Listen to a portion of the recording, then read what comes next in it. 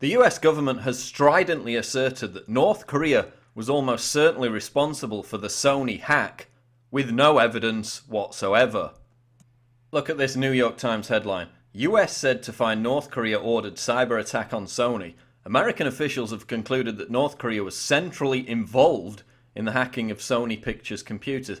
Now, if we actually had a real media in the United States, the headline would be something like, "No evidence backs up US claim that North Korea ordered cyber attack on Sony." But because this is the New York Times, which is basically a press release outlet for the White House, we get a headline like this. And it's actually not until halfway down the article that we read, "It is not clear how the United States determined that Mr. Kim's government had played a central role in the Sony attacks." In other words, there's no evidence whatsoever to back up this claim. As Wired News' Kim Zeta reports, the evidence that North Korea hacked Sony is flimsy. Sony and the FBI have announced that they've found no evidence so far to tie North Korea to the attack.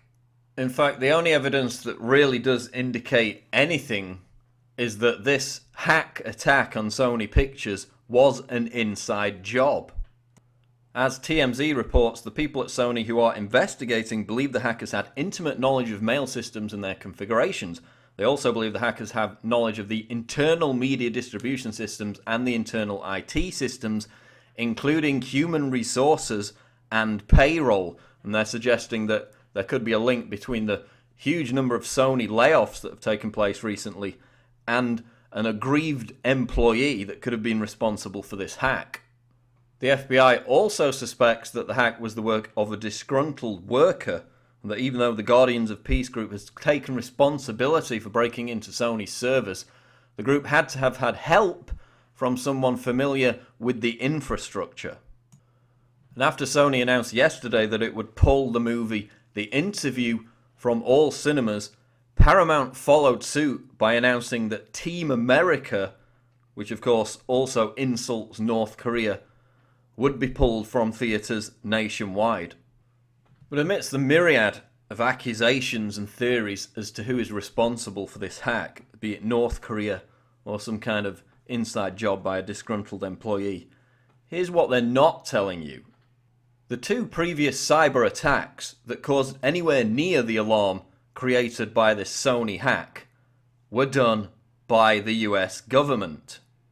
When Alex Jones accused the United States of being behind the Stuxnet virus attack back in 2010 in order to grease the skids for draconian cybersecurity measures, he was labelled a conspiracy theorist.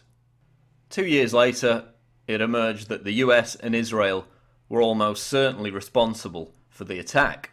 And again, we saw the same thing with the Flame virus aimed at targeting Iran's nuclear program. It was a conspiracy theory to blame this on the United States and Israel.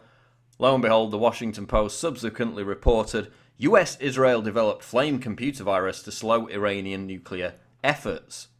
But of course, at the time, the blame was solely pinned on foreign actors like Russia, just as it is being pinned on North Korea now with the Sony hack, in order to justify draconian cybersecurity measures like the ones that Joe Lieberman called for, in giving the White House the same power as China to censor and shut down the internet. So what do we see now with the Obama administration saying that North Korea is responsible with no evidence whatsoever, that this is a national security matter, and that it reiterates the fact that Congress should pass the cybersecurity bill. So now we see this being exploited. Politicians respond to Sony hack, call for cybersecurity bill. Cybersecurity legislation that has repeatedly stalled in Congress is now looking set to get the green light in the aftermath of this Sony hack. John McCain said in a statement, Congress as a whole must also address these issues and finally pass long overdue comprehensive cybersecurity legislation. And just by coincidence, Obama State Department official Catherine Novelli was meeting with China's internet censorship czar, This is the guy overseeing the Great Firewall of China, the infamous government censorship program over the entire web. She was meeting with him at an event in Washington, urging cooperation on cybersecurity between the United States and China.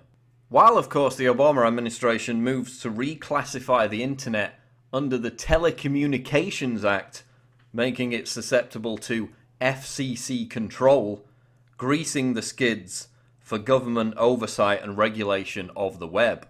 So isn't it convenient that right at the time the cybersecurity legislation is stalled in Congress, as the Obama administration shows its desperation to regulate the internet, now we have this convenient Sony hack that can be used to grease the skids for tightened control.